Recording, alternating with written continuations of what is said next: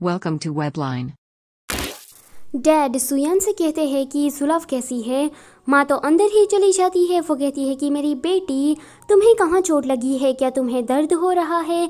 तो सुलभ कहती है कि मैं तो ठीक हूँ, डॉक्टर ने कहा है कि घाव ज़्यादा गहरा नहीं है। तो माँ कहती है कि तुम एक सेलिब्रिटी हो, अगर तुम्हें थोड़ी सी भी ज़्यादा चोट लग जाती तो इस तरह से तो तुम्हारा करियर बर्बाद हो जाएगा।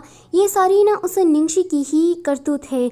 सुलभ कहती है कि दीदी को दोष मत दो, शायद आपको कोई गलत फहमी हो गई होगी। तो डैड कहते हैं कि तुम कितनी भोली हो सुलभ, ये सब कुछ ना उस निंगशी ने जानबूझकर किया है। रुको ज़रा, मैं अब भी उसे माफ़ी मंगवाता हूँ। तो निंगशी कहती है कि भूल जाओ, पहले मुझे सबूत दिखाओ, फिर मैं माफ़ी मांगती हूँ। यह सुनकर डैड को आता है गुस्सा। तो निंगशी कहती है कि आज जो कुछ भी हुआ है ना, उसका बदला मैं ज़रूर लूँगी। बहुत देख लिया आप लोगों का फैमिली ड्रामा। तो डैड कहते हैं कि निंगशी, तुम अभी के अभी माफ़ी मांगती हो कि नहीं? अगर तुम्हें नहीं माफ़ी मांगनी है तो कोई बात नहीं, तुम इस एंटरटेनमेंट सर्कल से निकल जाओ। तुम ये नहीं करती तो मैं ही ये तुम्हारे लिए कर देता हूँ। निंगशी कहती है कि मैं तो नहीं करने वाली, एंड आपको जो करना है वो कर लो। उसकी माँ कहती है कि देखो तो कितनी चौड़ मारते हुए गई, बेशर्म कहीं की। सुलभ फिर से कहती है कि माँ आप उसे दोष मत दीजिए, आपको शायद कोई गलत फहमी हो गई होगी, दीदी ऐसी बिल्कुल भी नहीं है। तो सुयान, जो कि अंधा बहरा गूंगा है, वो कहता है कि सुलभ इस बार तो निंगशी ने हद पार कर दी है। मेरे ख्याल से डैड ठीक कह रहे हैं, उसे ना एंटरटेनमेंट सर्कल से बाहर कर देना चाहिए। यहाँ निंगशी उसके सामने तो कुल बन जाती है, पर उसे याद आने लगता है कि सुयान, उसके पेरेंट्स, वो सब लोग उसे ही बुरा समझ रहे हैं और सुलभ को अच्छा।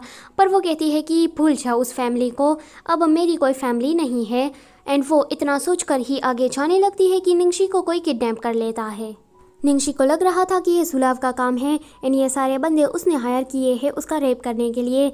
उसे ड्रग्स दिया जाता है जिसके कारण वो बेहोश हो जाती है। यहाँ पर लू तिंगशाओ कहता है कि अब चलो हमें यहाँ से जाना है। वहाँ पर एक बंदा कहता है कि लू तिंगशाओ, तुम मुझे छोड़कर ऐसे कैसे जा सकते हो? तो लू तिंगशाओ कहता है कि मुझे छोड़ो, मुझे जल्दी से जाना है। लू जिंगली कहता है कि भाई तियान, मेरे भाई का दिल कहीं और है, तो उसे तुम जाने दो। तियान कहता है कि ये क्या कोई लड़की के बारे में तो नहीं सोच रहा है ना, इसकी क्या कोई गर्लफ्रेंड है? तो लू जिंगली कहता है कि अभी तो नहीं है, पर हो जाएगी। ये सुनकर तियान कहता है कि क्या कहा? हम तीनों ने पास्ट में ये प्रॉमिस किया था कि जिसकी भी पहले गर्लफ्रेंड होगी वो कुत्ता कहलाएगा।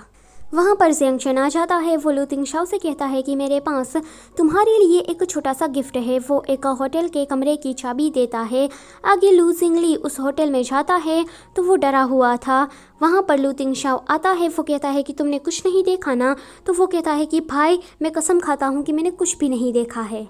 उस कमरे में निंगशी सेक्सी ड्रेस पहने हुए बेहोश पड़ी थी। वहाँ पर लू तिंगशाओ आता है।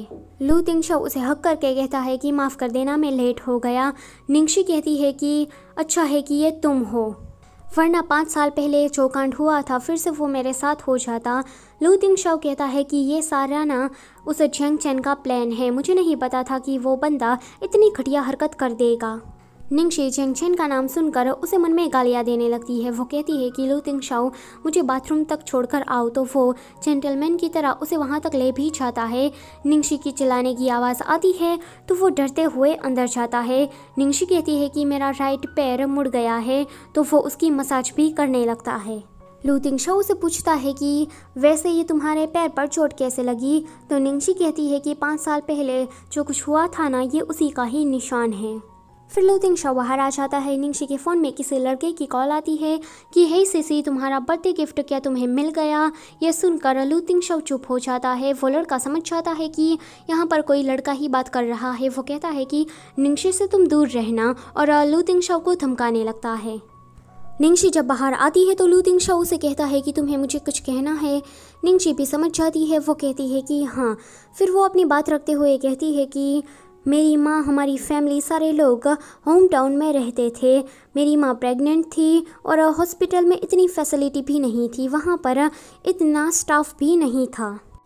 सुलभ और मेरा जन्म एक दिन ही हुआ था और उसी हॉस्पिटल में एक नर्स की गड़बड़ी के कारण हमारी पहचान बदल गई और 18 साल तक हम दोनों ऐसी ही जीती आ रही थी। लूथिंग शाओ कहता है कि फिर तुम लोगों को डीएनए टेस्ट करवा लेना चाहिए ना, तो झट से पता लग जाता। तो निंगशी कहती है कि ऐसा नहीं हो पाया सुलभ की वजह से। फिर से वो अपनी बात करने लगती है कि मेरे अंकल निंग याओ बांग वो एक नंबर का थरकी आदमी था। हर दिन एक अलग अलग औरत के साथ सोता था। उसकी 3 बेटियां और एक बेटा था। निंग फैमिली में सारी लड़कियां ही थी और उसका ही एक बेटा था, इसलिए सारी जायदाद उसके बेटे को दी जाने वाली है।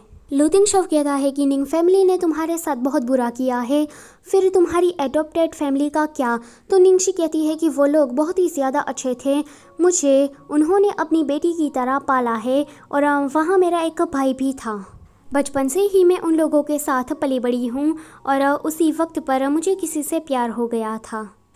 एंड आप लोग गेस करके मुझे कमेंट में ज़रूर बताना कि वो बंदा कौन होगा। वीडियो होती है यहीं पर ही ख़त्म। Don't forget to like share and subscribe. Thank you for watching.